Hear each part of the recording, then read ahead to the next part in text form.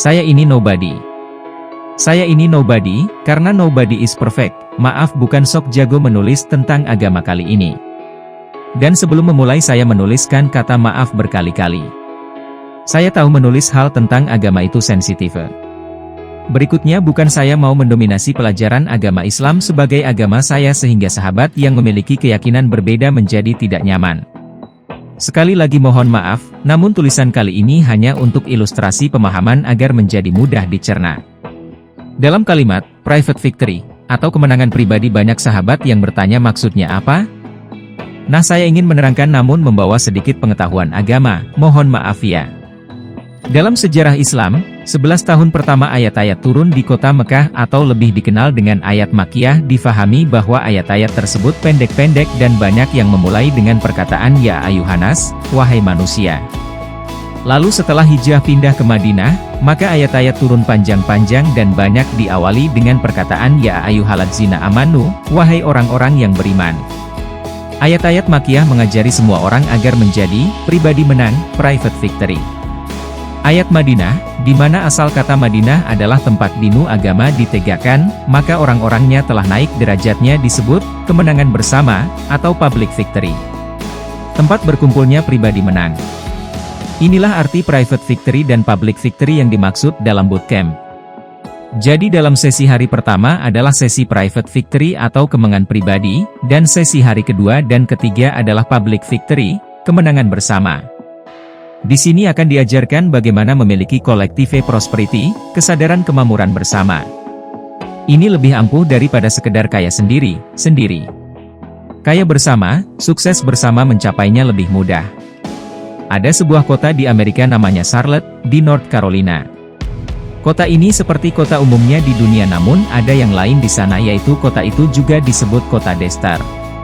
Karena mungkin hampir 60% gedung di sana miliki Emmer Dexter dan teman-temannya.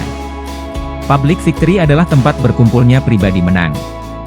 Logikanya begini, siapa dari para sahabat yang ingin memiliki properti seperti sebuah pusat pembelanjaan, sebuah mall, katakanlah Mall Plaza Senayan di Jakarta.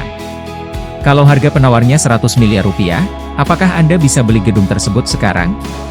Kalau Anda pakai pinjam uang bank, maka kewajiban Anda tiap bulannya menyicil sekitar 1 miliar rupiah setiap bulan selama 12 tahun. Pertanyaannya, punyakah Anda uang 1 miliar per bulan selama 12 tahun?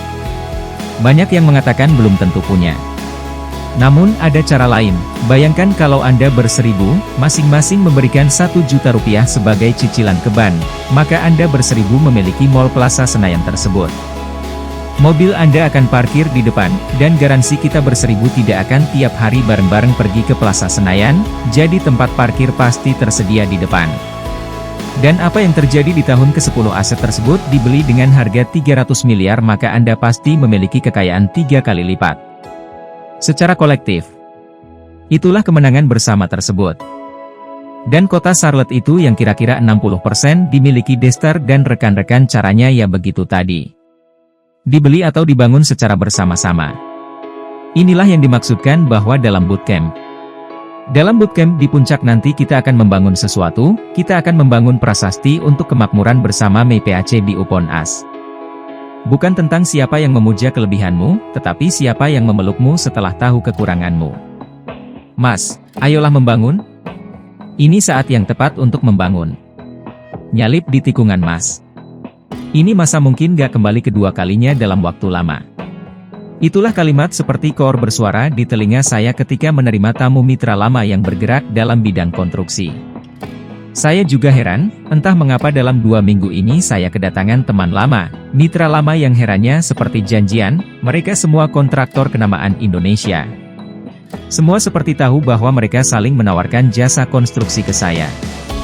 Bayangkan, setiap hari mereka mengantri Senin, Selasa, Rabu, 3 BUMN yang bisa terlibat konstruksi dari manajer sampai direksi menyempatkan mampir di kantor, salau Kamis Jumatnya, divisi lain lagi dari ketiga BUMN tersebut memperdalam kunjungan pertama. Minggu berikutnya 2 perusahaan swasta konstruksi juga mepet ke kantor saya. Benar, kelima perusahaan itu kenalan lama semua. Bahkan ada yang dari project manager 10 tahun lalu sekarang menjabat direksi di seleksi Maret 2015 ini. Minggu berikutnya 2 perusahaan swasta konstruksi juga mepet ke kantor saya. Logikanya begini, Anda seorang direktur operasional perusahaan konstruksi.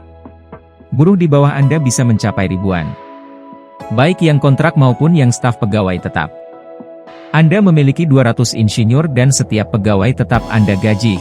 Namun sejak Oktober 2014 di mana banyak perusahaan melakukan pengereman perlahan karena mengukur kinerja pemerintahan baru, maka pekerjaan konstruksi berkurang hingga 60% kalau 3 bulan slow down perusahaan masih kuat kalau sampai pertengahan tahun seperti sekarang, mulai blingsatan di pucuk pimpinan. Duit dari mana buat menggaji karyawan tidak kerja? Masih mending kalau sekedar gajian.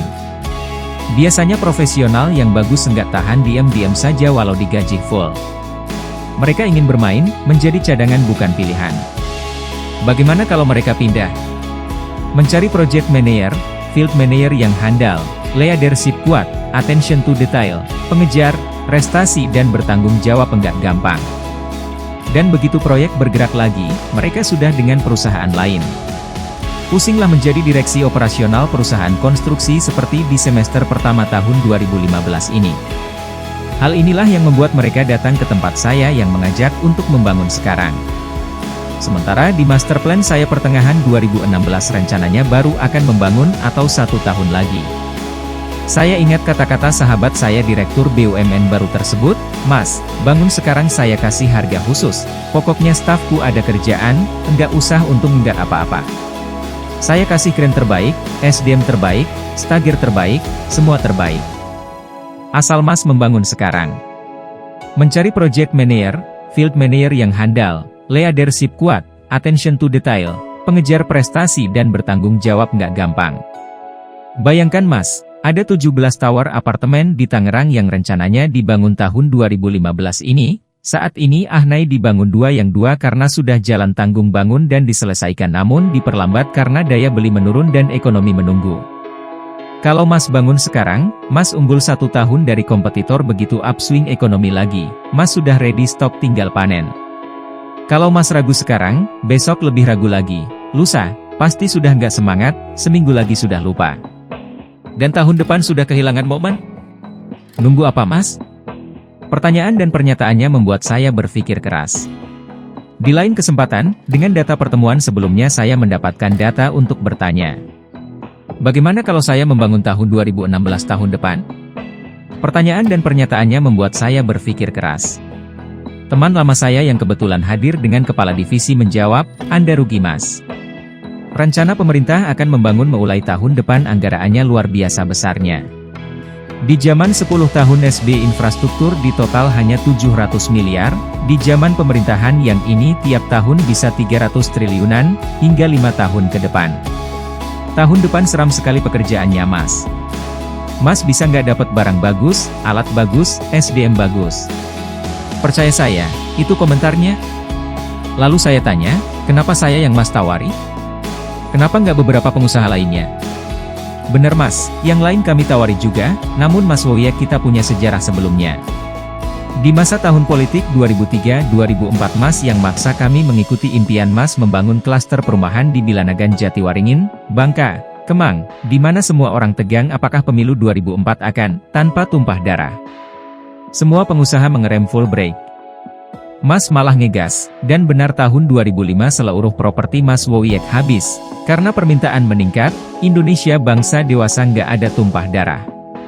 Begitu pada bangun 2005 Mas lagi penuh dengan kas keras. Di tahun 2009-10 di mana kasus mortgage loan di Amerika menyentak ekonomi dunia, properti ditinggalkan, Mas membangun hotel dan gedung di TB Simatupang, di 2012 panen sendirian. Zaman tahun berikutnya pada baru masuk Mas sedang menggeser keluar Jakarta seperti sekarang. Semua pengusaha mengerem full brake. Mas malah ngegas. Di tahun 2015 semua lagi melambatkan produksinya, mengapa Mas nggak sekali lagi menyalip peluang ini? Kalimat panjang ini benar-benar membuat saya berpikir keras. Saya tidak menentang idenya, hanya saya merasa di umur segini, apakah saya masih bisa lincah? Punya mental baja urat besi. Situasi selalu tidak sama, seni berbisnis tidak sama. Kali ini saya bermain dengan bunga melawan cash flow. Karena saya tidak dalam keadaan liquid, aset ada, banyak malahan. Dan membangun aset melawan interest bunga di mana kondisi diam saja bisa digerus bunga saya perlu banyak perenungan. Setelah beberapa hari saya merenung, bahkan kurang tidur, hari ini saya putuskan. Apa tindakan saya? Saya pun bertanya kepada klimanya, via telepon. Oke, saya membangun tetapi saya mau, Beyond Construction.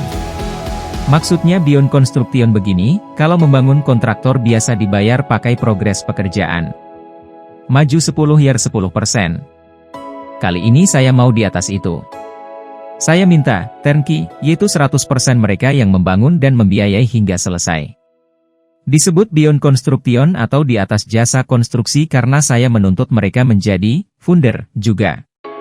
Pembangun dan pembiaya konstruksi. Saya tahu mereka semua punya construction loan, punya pinjaman konstruksi di belakangnya. Sehingga beban uang saya bebankan ke konstruksi. Construction completion risk saya pindahkan ke mereka, dan financial risk saya bebankan ke mereka. Sehingga saya hanya fokus di marketing risk. Saya fokus di jualan.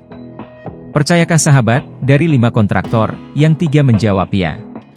Tanpa jeda, setuju, mereka hanya minta counternya dengan ban garansi. Saya dalam hati geleng-geleng.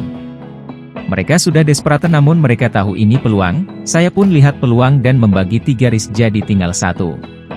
Mereka menanggung 2 risk, namun bisa berkurang jauh dengan ban garansi. May the PAC be upon us. Saya pun bertanya kepada klimanya, via telepon.